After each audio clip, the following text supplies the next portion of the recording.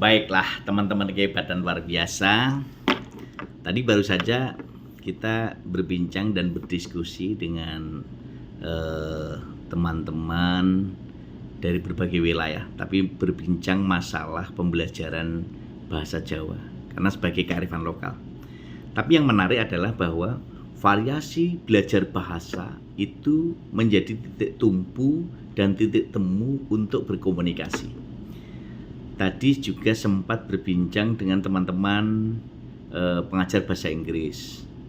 Mengapa ketika teman-teman belajar bahasa Inggris, bayangan kita itu kan pintar bahasa Inggris, tapi ternyata tidak semua. Terus temu teman-teman pengajar prodi pendidikan bahasa Indonesia. Bayangan kita kalau belajar bahasa Indonesia itu pintar bahasa Indonesia. Terus tadi ketemu teman-teman di PGSD, itu bayangan kita kan pinter semua aspek dalam pengembangan. Ternyata tidak. Itu bukti bahwa setiap manusia itu punya kelebihan, punya kekurangan. Maka dalam posisi seperti itu, sebagai seorang guru, sebagai seorang dosen abad 21, kita perlu melakukan proses pengembangan diri. Kita perlu melakukan proses peningkatan kualitas diri. Dan itu hanya bisa dilakukan dengan melaksanakan 5M. M pertama, mengidentifikasi keunggulan dan kekurangan. Jadi setiap manusia itu punya kelebihan dan kekurangan. Jadi kita harus sadar diri bahwa tidak ada manusia yang sempurna. Sempurna itu hanya milik Tuhan. Nah, maka kita harus berani mengakui kalau ada kekurangan. Kita harus berani mengakui kalau kita ada sesuatu kelebihan yang harus kita syukuri. Nah, ini keseimbangan. Nah, keseimbangan inilah menjadi kekuatan kita untuk tetap bisa menjadi yang terbaik di antara yang baik.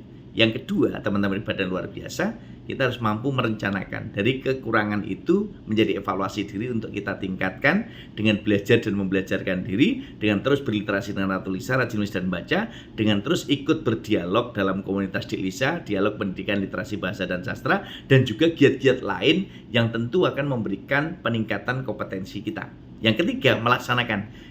Jadi bukan sekedar hanya merencanakan, bukan sekedar sadar punya kekurangan dan kelebihan, tapi juga harus melaksanakan program pembelajaran, melaksanakan program literasi dengan kita menulis seperti yang tadi Pak Romadi tulis, dengan menulis belajar meneladani nilai-nilai kepahlawanan para pahlawan nasional dalam perspektif pragmatik. Itu bagian implementasi yang kita lakukan.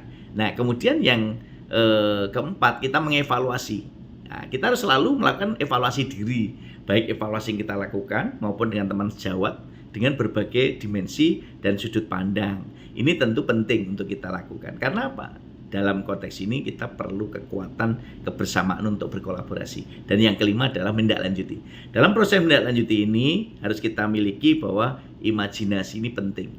Maka selalu saya katakan, mimpi dan imajinasi lebih kuat dari pengetahuan kita. Karena itulah yang akan mengantarkan kita sukses, dan disitulah kekuatan kita untuk bisa menjadi yang terbaik di antara yang baik, dengan terus belajar dan membelajarkan diri, dan terus mengembangkan sayap-sayap kemitraan kita, belajar dengan berbagai dimensi yang tentu akan menguatkan kita agar kita memiliki pengetahuan yang lebih, dengan terus berliterasi dengan tulisan, rajin menulis dan membaca untuk menulis, dan menulislah untuk baca umat sepanjang hayat, agar kita semua dapat terus bermimpi, terus berimajinasi, sehingga kita ikut serta menyinari dunia seperti bintang, bulan, dan matahari yang selalu menyinari bumi baik tanpa mau dan tanpa oleh manusia. Semangat untuk kita bersama-sama.